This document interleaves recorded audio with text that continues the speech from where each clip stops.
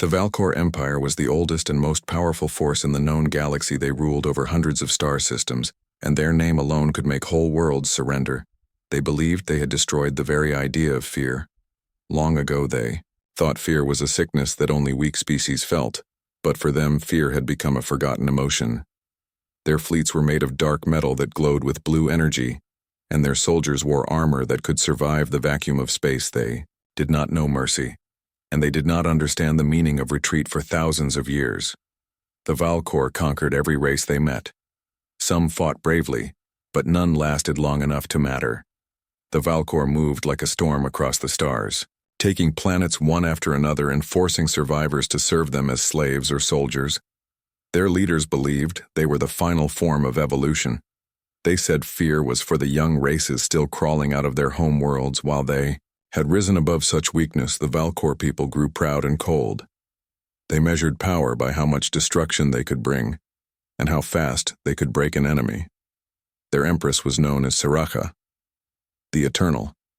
She had ruled for 3 centuries and believed nothing alive could ever challenge the might of her kind. She would sit on her throne made of black crystal and look upon the galaxy as if it already belonged to her. Under her rule, the Valcor expanded further than ever. Before each new conquest became a reason for celebration, and every defeated world was turned into a reminder that the Dominion feared no one. Their ships flew in tight formations through deep space, leaving trails of fire behind them when they entered a new system. They would give the same warning: surrender and serve or burn and vanish. Most surrendered quickly because those who refused vanished in hours. There was once a race of winged beings who tried to fight the Valcor. They lasted 3 days before their planet was turned into a sea of glass. Another race tried to hide inside a gas giant. The Valcor found them and crushed their cities with gravity.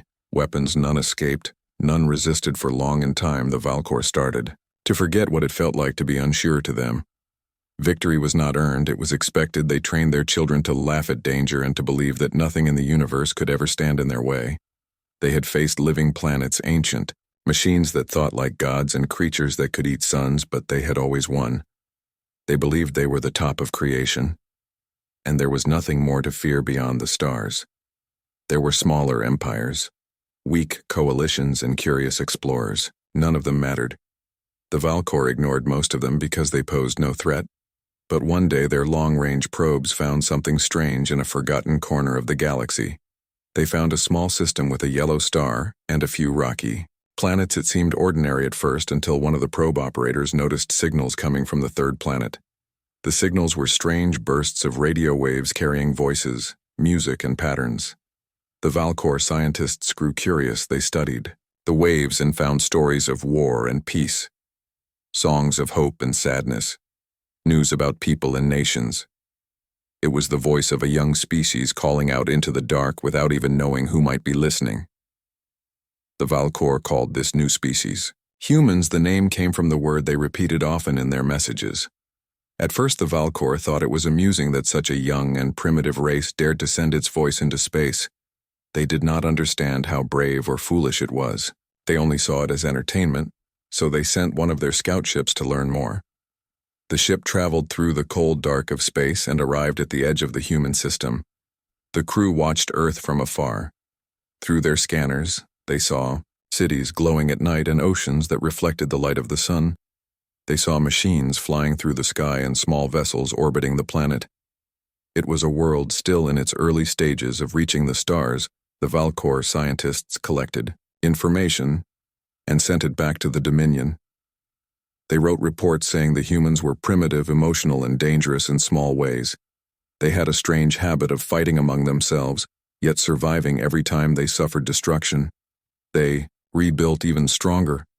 They had weapons that were nothing compared to Valcor technology, but the passion behind their creation was something no one could measure. When the first Valcor envoy finally arrived to make contact, the humans were shocked but curious. They did not run away or attack.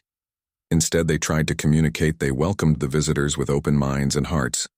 The Valcor studied the humans closely. They found them fascinating but also confusing. They could not understand why humans showed kindness even to strangers. They could not understand why humans smiled even when they were afraid to. The Valkor, this behavior seemed weak. But the longer they stayed, the more they saw that it was not weakness at all. It was something else, something deeper that the Valkor could not name. At first, humans treated the Valkor as wise teachers and powerful guests. They wanted to learn their ways. They shared their food, their art, and their dreams. The Valkor shared their science and their history, though most of it was filled with war and conquest. Soon both sides began to see how different they were.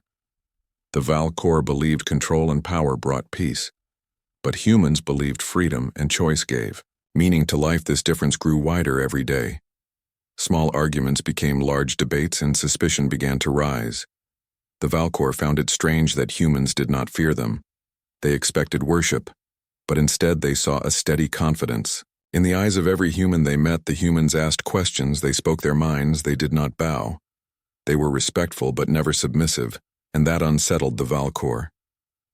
The Empress watched from her distant throne and felt something she had not felt in centuries. She called it curiosity. But deep inside it was the faintest echo of fear. She ordered her scientists to learn more about humanity, their planet, their defenses, their weapons. She wanted to know if this small blue world could ever be a threat. The report she received said no. Humanity was small, divided, and technologically far behind. But there was a note in one of the reports written by a young Valkor observer. He wrote that humans were unpredictable and that their strength was not in their machines but in their spirit. He warned that under pressure these beings could become dangerous. The Empress ignored it and laughed. She declared that fear was a myth and that nothing born from a death world of chaos could harm the Valkor. Yet even as she laughed, she could not stop thinking about the look in the human eyes she had seen through recordings. It was the look of something alive, something fierce, something that refused to kneel. And as her fleets continued their march across the galaxy, the humans continued to grow, building rockets, sending probes, and reaching toward the stars. Neither side knew that their meeting would soon change the course of the universe forever. The first meeting between humans and the Valkor was meant to be peaceful, but peace between two such different worlds was never simple. The Valkor saw humans as an interesting experiment, a young species that could be studied and maybe trained. While humans saw the Valkor as a window into the future, they admired their technology and knowledge and wanted to learn. But humans were not built to bow, and the Valkor were not built to share.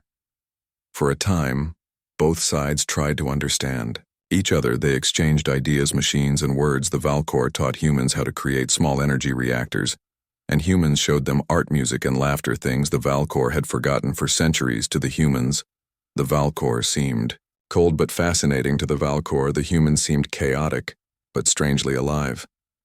The Valkor could not understand how such emotional creatures could have survived so long on a planet full of storms, earthquakes, diseases, and predators. Yet, that same chaos made the humans strong and clever. They could adapt to anything, and they found beauty even in struggle. The Valkor noticed this, and some among them began to grow curious. They asked why humans risked their lives to explore, why they fought wars among themselves and yet still dreamed of peace. Humans answered that life was not about power, it was about purpose. This answer confused the Valkor, because in their empire, everything had only one purpose: to serve the Dominion. The first tension began when a Valkor commander arrived on Earth to demand that humans stop sending probes into other systems. The Valkor believed that space beyond their permission belonged to them, but humans did not understand that kind of a rule. They said space was free for all to explore. The commander grew angry and threatened to destroy any human ship that entered Valkor territory. The humans refused to obey and said no one could own the stars. This single act of defiance was remembered as the first spark of the Great War. The Valkor fleet near Earth withdrew, but left a warning behind. Their leader promised that if humans entered Dominion space again, there would be consequences. Soon after that, a human exploration vessel named Horizon ventured too far. Its mission was peaceful, but it entered a system claimed by the Valkor.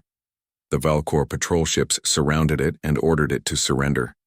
The human captain tried to talk, but the Valkor did not listen. They boarded the ship, took the crew, and destroyed the vessel in front of its own distress beacon. The signal reached Earth within hours, and the reaction was explosive. The governments united in outrage and demanded the return of their people. The Valkor replied that the humans had violated Dominion law and must be punished to teach others respect. The humans did not understand that word respect in the Valkor way meant obedience and silence. They sent a message back, saying humanity would not be slaves of any empire. This message spread across the galaxy, carried by Valkor communication relays that were hacked by human engineers. The Valkor were furious, but also surprised. They did not expect humans to answer with such boldness. They saw the humans as children trying to argue with gods. The Valkor Council decided to send a small fleet to Earth to remind the young species of their place. The Empress believed this would end quickly with fear and surrender, but she did not understand that humans did not fear what they did not know. The fleet arrived near Mars and demanded that Earth submit or face destruction. Humans had never seen ships so massive before. Yet they did not bow. They sent their own small fleet of warships built with haste and courage. Their ships were slow and weak compared to the Valkor, but the people inside them were determined. When the battle began, the sky around Mars turned into fire. The Valkor expected to crush the humans in minutes, but what they saw shocked them. The humans did not retreat even when their ships were breaking apart. They fought back with everything they had, ramming enemy cruisers and detonating reactors to take the enemy with them. Every loss became a weapon. The Valkor destroyed the human fleet, but at a cost that was greater than they ever imagined. Out of 12 Dominion warships, only 5 survived and all were damaged. It was supposed to be an easy show of power, but it turned into a nightmare for the Valkor officers who survived. They saw humans fighting without fear and dying with a strange calmness. They called it madness at first, but later they whispered a new word. Deathworlders. It became a word the Valkor used in secret to describe a race that could not be broken. The Empress received the report with disbelief. She thought her commanders were exaggerating, so she ordered another investigation. A group of Valkor scientists studied the human planet. More deeply, they learned that Earth was a world of constant struggle, filled with deadly animals, diseases, natural disasters, and a gravity that would crush many alien species. They realized that every human who survived on that planet was born from generations of fighters. Life on Earth was not gentle. It was survival from birth to death. This was why humans were so strong, not in technology but in willpower. The Valkor scientists began to argue that such a species could become dangerous. If given time, they suggested isolating Earth and forbidding contact, but the Empress refused. She laughed and said no primitive race could ever challenge the Dominion. Her laughter echoed through the hall of her palace, but some of her generals did not laugh. They had seen the human eyes in battle, cold and burning. At the same time, they had seen humans sing as their ships exploded and smile as they faced defeat. They did not understand it, but they feared it. Rumors spread through the Dominion Navy about what happened near Mars. Soldiers began to whisper that humans were cursed, that they could not die in peace, and that even when destroyed, their spirit would remain. The Valkor did not believe in ghosts, but something about those stories stayed in their minds in the weeks that followed. Humans began preparing for war. They knew the Valkor would return, and they refused to wait helplessly. Factories across Earth worked day and night to build ships, weapons, and shields. Engineers learned from every defeat and improved designs faster than the Valkor expected. The human leaders declared that if the Dominion came again, they would not only defend Earth, they would make the invaders regret it across the stars. Other alien species watched this conflict with disbelief. They had all lived under the Dominion shadow for centuries. They had never seen anyone stand up to them. But now these humans, this young race from a forgotten planet, dared to challenge the most powerful empire in the galaxy. The idea spread like a quiet fire. Even if the humans lost, they had already done something impossible.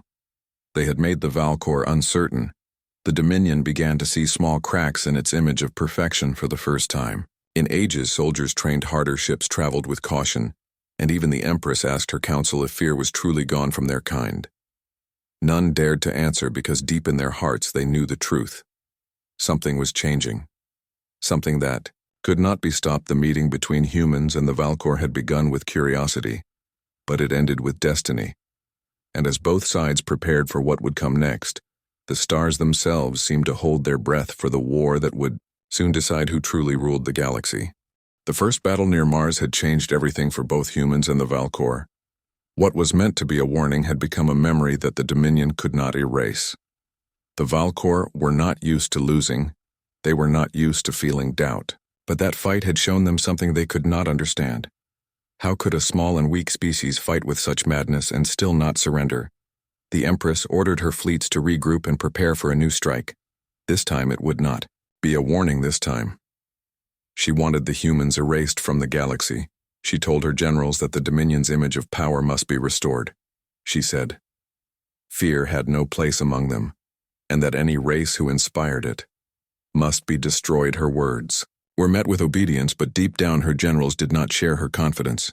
They had read the reports, they had seen the recordings of human ships ramming their cruisers and human soldiers fighting with bare hands in burning corridors. They had never seen such will before. And though they would never speak it out loud, many of them feared that this war would not be easy, while the Valkor prepared for another invasion. Humans were doing the same, but in a very different way. They were not building ships for conquest. They were building to survive. Every factory on Earth and its colonies worked day and night. Engineers and workers slept beside machines, and children carried tools instead of toys.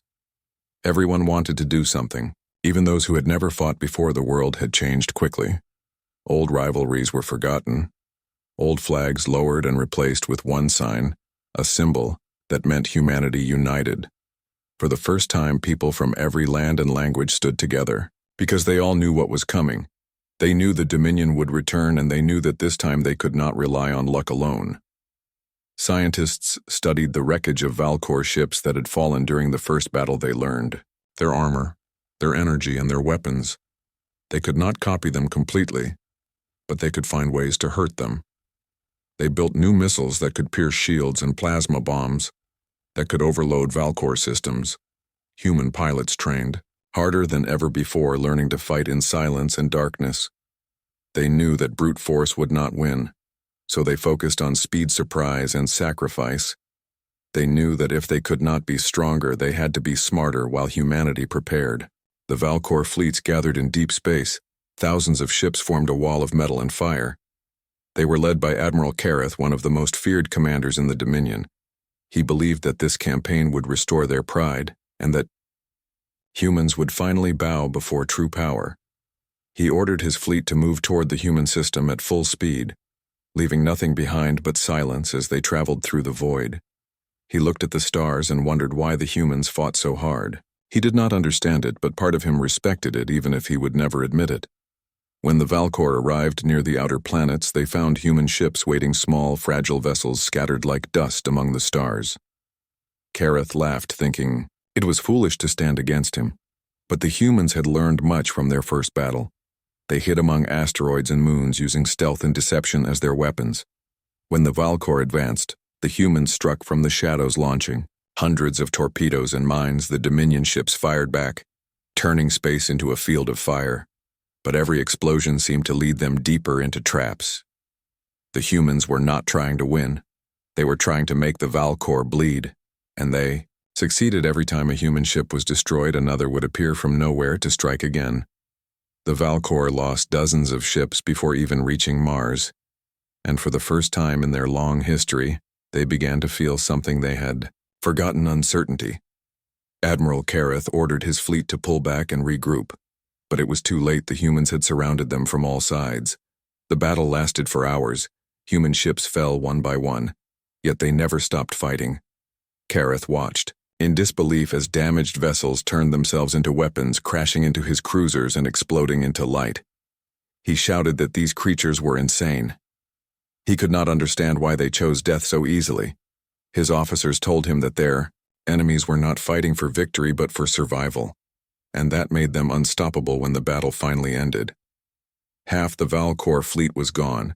The humans had lost nearly everything too, but they had forced the Dominion to retreat. When the news reached the Empress, she was furious. She could not believe that her mighty fleets had been defeated by a species that had barely touched the stars. She punished her admirals and replaced them with new ones. But even then, she felt something strange deep inside. She told herself it was anger, but it was not. It was fear. She remembered the reports calling humans death worlders, and for the first time she began to understand what that meant. Meanwhile, humanity celebrated not with joy, but with quiet pride. They had survived again, and that survival had cost them much. Entire cities were gone, families torn apart, and fleets reduced to wrecks. But no one gave up. They knew this was only the beginning. They built new ships out of broken metal and called them Phoenix class because they rose from ashes. They repaired what they could and sent out more scouts into deep space. They had learned something important. The Valkor were not gods. They could be hurt. They could be stopped. And that truth spread through human hearts like fire. Other alien species began to notice what humans were doing. Those who had once feared the Dominion now watched this small race fight, and they began to hope. Whispers moved from system to system, saying maybe the Valkor were not invincible after all. Some small colonies sent messages of support to humanity. Some even offered secret aid, hoping to see the Dominion weakened. But they did so in silence, because they still feared the wrath of the Empress. Far from Earth, the Valkor were changing too. Soldiers began to talk about humans with mixed emotions. Some hated them, others admired them. Many had nightmares of human faces appearing in the dark. Their songs of courage and their refusal to die haunted them. They started calling humans the children of the storm because they brought chaos. Wherever they went, the Empress held secret meetings with her scientists, demanding new weapons, faster ships, and stronger shields. She refused to believe that her empire could fall. She told her people that the war would end soon, and that the Dominion would rise again. But in the silence of her private chambers, she watched the recordings of human battles. She saw the faces of men and women, fighting with broken ships and empty fuel tanks, still refusing to surrender. She did not understand them. She wanted to know what made them fight without fear. She asked her scholars what emotion made them so strong. Some said it was desperation, others said it was hope. One old scholar said it was love for their home, their people, and their freedom. The Empress dismissed him, saying love was weakness. But deep down, she wondered if that weakness was what made them unstoppable. And so the war continued, spreading across the stars like a storm. Planets burned, ships vanished, and both sides paid heavy prices. But one truth became clear to all: the Valkor had finally met something that could make them afraid. And that something was humanity. The war between humans and the Valkor had spread across the galaxy like fire through dry grass. What began as a small conflict had turned into something far greater, and both sides were now trapped in a storm. They could no longer stop the Valkor, believed that more power would bring them victory. They built larger ships and deadlier weapons. Their factories worked endlessly. Their Empress promised her people that the Dominion would not fall. She told them that fear was the enemy, not the humans. She said the humans were reckless animals who needed to be erased from existence. Her words were meant to inspire her people, but deep inside, many Valkor had begun to doubt. They had seen too much. They had seen human fleets rise from ruin and fight again. They had seen soldiers who smiled in the face of death. They had seen humans who turned defeat into traps and traps into victories. The Dominion had never faced such an enemy before. The humans, on the other hand, were fighting for something far greater than conquest. They were fighting for survival, and survival made them stronger than anyone could imagine. Every loss only made them more determined. Every scar became a lesson. Every destroyed ship became a blueprint for something better. The humans had learned how the Valkor thought. They knew their patterns, their arrogance, and their belief that no one could ever outsmart them. Humans used that arrogance like a weapon. They studied the way Valkor fleets moved and built new tactics that made no sense to machines or logic. They began creating fake signals and ghost fleets. They sent decoy transmissions that led the Valkor into traps. In one battle near the frozen moon of Helios, the humans lured an entire Dominion armada into an ambush by sending a false distress call. When the Valkor arrived expecting helpless prey, they found hundreds of human ships waiting in silence, hidden within the shadow of the moon. When the trap was sprung, the sky exploded. The humans lost many ships, but they took down even more of the enemy. The Valkor admiral barely escaped, and when he returned home, he refused to speak of what he saw. He told his council only that humans did not fight like any race they had ever met. They fought like nature itself, ruthless, endless, and unpredictable. As the war dragged on, the Valkor began to lose more than ships. They began to lose their pride. Their belief in their own perfection started to crumble. Soldiers began asking, Questions they never dared to ask before they started to wonder if maybe the Empress was wrong. Maybe the Dominion was not eternal. Maybe it could fall like all others. Some commanders even began to study human battle recordings, secretly trying to learn how they thought, how they fought. They discovered something shocking. Humans were not just brave, they were creative in the middle of chaos. They could invent new ways to fight, new ideas that no machine could predict. They could take broken technology and make it deadly. They could use what they did not have to their advantage. One Valcor general said in secret that humans were the most dangerous because they turned every weakness into a strength. That secret spread, and soon even the Empress heard it. She grew angry and ordered those words erased from every record. She wanted her people to believe only in her power. But even she could feel the change. She had begun to dream of fire and human voices calling from the darkness. The dreams made her restless and afraid. On Earth, things were no easier. Humanity had lost billions of lives and many cities were gone, but they kept moving forward. Their leaders said that the cost of freedom was high, but slavery would cost even more. Families lived underground. Factories moved to asteroids, and even the smallest moon was turned into a base. Scientists worked on new technologies that could match the Dominion's power. They created a new kind of weapon, a pulse that could disrupt Valcor shields and fry their systems. When this weapon was first used, the results were shocking. A whole enemy fleet was disabled before it could fire a single shot. The humans did not waste time. They attacked swiftly, leaving nothing behind. The victory gave them hope, and the galaxy took notice. Soon small rebel groups from other races began to send secret messages to the humans offering to help. They could not fight openly, but they could share information. They could sabotage Dominion bases, and they did so quietly. In the shadows, the Valcor began to lose control of their outer colonies. Their own people started to question the endless war. They were tired of sending sons and daughters into battles that never ended. The Empress, however, refused to stop. She declared that retreat was treason and that any who doubted her would be executed. Entire cities were burned to silence the growing unrest. But the fear inside her people was spreading faster than fire. Meanwhile, the humans grew stronger, not just in weapons but in unity. They had never been this united before. They no longer saw themselves as nations, but as one species. They called themselves Terrans, and their fleet became known as the Terran Defense Force. It was made of soldiers, miners, engineers, and even farmers who learned to fight. Everyone gave what they could. Even children helped by building machines or sending supplies. They knew the war was not just about Earth. It was about proving that humanity could survive anything, even the mightiest empire in the galaxy. There came a time when the humans decided to take the fight to the enemy, instead of waiting for the next invasion. They built hidden bases near Valcor space and launched surprise attacks, striking supply lines and communication hubs. They wanted to make the Dominion bleed from within. The Valcor were furious. They had never been hunted before. They sent more fleets. But the more they sent, the more they lost. It was as if every human death only gave rise to 10 more fighters. The Empress began to feel the walls closing around her. She had conquered hundreds of worlds, but now her fleets were shrinking, and her people were whispering behind her back. She held council after council, shouting that the humans were weak and foolish. But the fear in her voice betrayed her words. Some of her generals tried to speak reason. They said maybe peace could be discussed, but she refused. She said peace was for the broken, not for the strong. She did not understand that strength had already left her side and crossed to the humans. The final turning point came when the Dominion launched a massive attack on the human colonies near the Vega sector.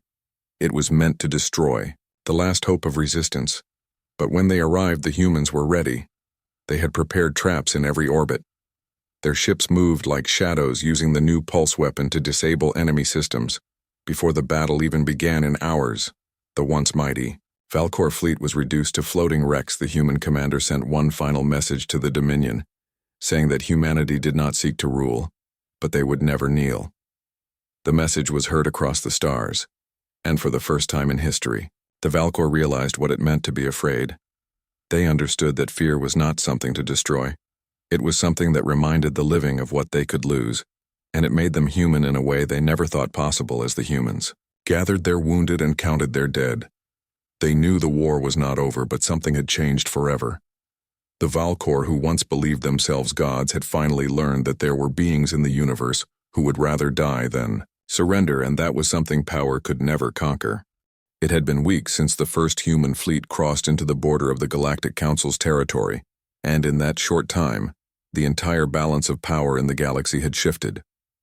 The Council that once ruled over hundreds of species with strict laws and unmatched military power was now in panic. Reports were coming in every day that human ships were not only advancing, but doing so in a way no one could predict. Their tactics were strange, sometimes reckless, and often brutal, yet they always worked. It was as if fear itself did not exist for them. The Council leaders gathered again in the Grand Chamber, and tension filled the air. The once proud species that had mocked the humans were now silent and nervous. The Zaran commander, who had first called the humans primitive, now spoke softly and said that maybe the humans were not what they seemed. The old alien civilizations had seen many wars, but never one like this. Every time the Council destroyed a human ship, 3 more appeared from nowhere. Every time they tried to ambush them, the humans seemed to already know the plan. The war that had started as a punishment against a small and unknown race had now turned into a nightmare that none of the Council species could escape from. On the front lines, soldiers whispered stories about human warships that refused to die even when surrounded. One tale spoke of a single human vessel called the Dawnbringer that faced 10 Council destroyers alone and won. No one believed it at first until wreckage of the destroyed ships was found drifting in space, melted and torn apart. The humans had strange weapons, powerful but not like anything the Council had seen. Some said they used gravity as a weapon, bending space around their ships to crush enemies without firing a single shot. Others said the humans fought with madness in their eyes, as if battle was not horror but purpose. The fear spread faster than any weapon.